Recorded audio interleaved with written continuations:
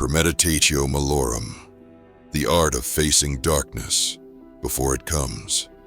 What if you lost everything tomorrow? What if you woke to silence? The voices of those you love gone, their warmth reduced to fading echoes. What if the life you've so carefully built, your plans, your comforts, your expectations, were to collapse, brick by brick, beneath your feet? Pause. Breathe. Sit with that. This is not a cruel exercise in anxiety. It is premeditatio malorum, the ancient practice of visualizing misfortune before it arrives. Not to attract suffering, not to dwell in despair, but to prepare our spirits to endure, to fortify the soul before the storm, and above all, to transcend fear.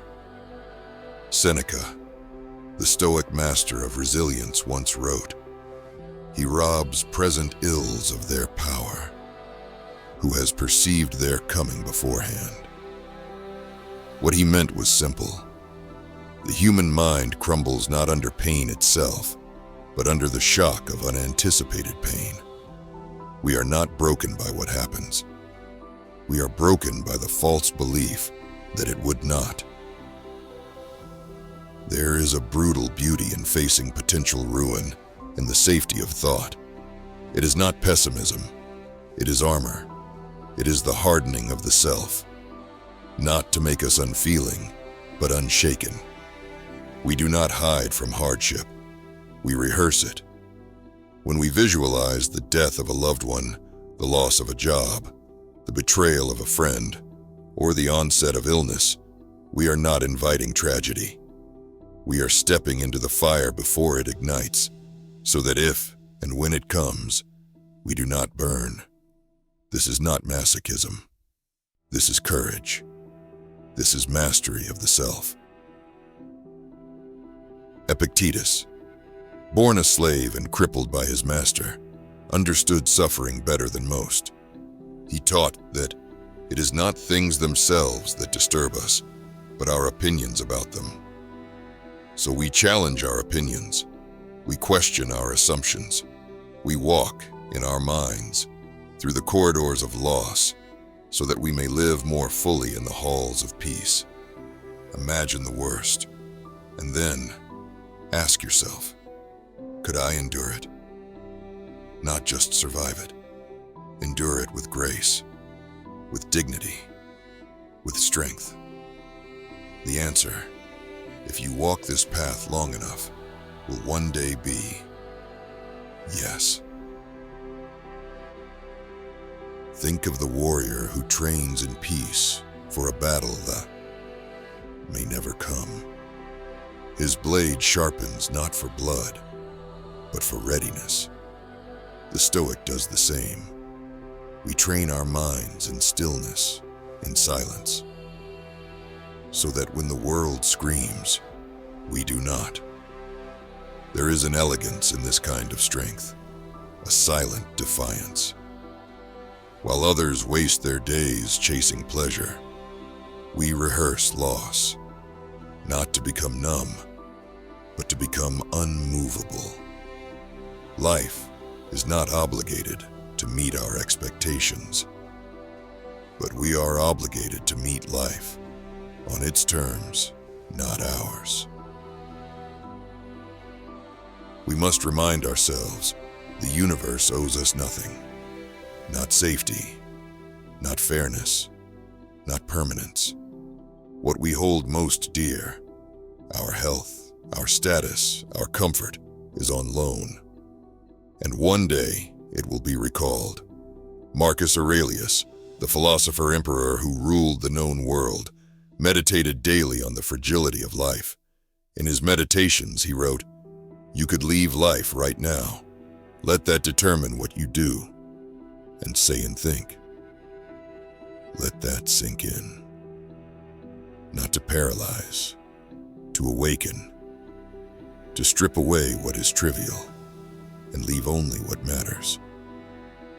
When you remember that everything can be taken, everything becomes more sacred. A morning becomes a miracle. A breath becomes a blessing. A simple conversation, a treasure. You are not owed tomorrow, but you have this. So live it like it's all you will ever get. The Stoics were not cold. They loved deeply, but they loved with eyes open, not closed. They held their children, their partners, their possessions, with the tenderness of someone who knows nothing lasts. And that made them love harder, not less. Seneca once advised, "Let us prepare our minds as if we'd come to the very end of life. Let us postpone nothing." There is freedom in that urgency. There is power in letting go of the illusion of permanence. Because once you've accepted the worst, everything else is a gift. We must train ourselves in this discipline. When we wake, we must ask, what might go wrong today? Not as a self-fulfilling prophecy, but as a strengthening ritual. The deal might fall through. The illness might return. The phone call may come. The one we fear. The one we're never ready for. But we will not be shattered. We have walked this ground before, in the silence of our minds. We have rehearsed the fall, and because of that, we rise faster. This is the quiet resilience of the Stoic heart. The modern world teaches us to chase happiness, to avoid pain, to numb discomfort at all costs. But the ancients knew a truth we've forgotten. It is not pleasure that makes us whole. It is purpose. It is not comfort that makes us strong. It is adversity endured with grace. And so we practice, day after day, imagining not only what could go right, but what could go horribly wrong. And we sit with it. We do not flinch. We do not look away. Because when you've already seen the darkness, it loses its power to terrify. This is not a call to dwell in shadows. It is a call to become the kind of person who can walk through them without losing the light. Because storms will come, people will leave, plans will unravel. But we will remain. Not untouched, but unbroken. And so, brothers and sisters on this path of inner strength, let us not chase the illusion of a life without pain. Let us instead build the character to face it with honor. Let us not beg the world to be softer. Let us become harder. Let us not pray for ease. Let us pray for resilience. Let us not run from suffering. Let us become the kind of souls that suffering cannot conquer. This is the soul of Stoicism. This is the practice of premeditatio malorum. It is not fear. It is freedom. It is not despair. It is discipline.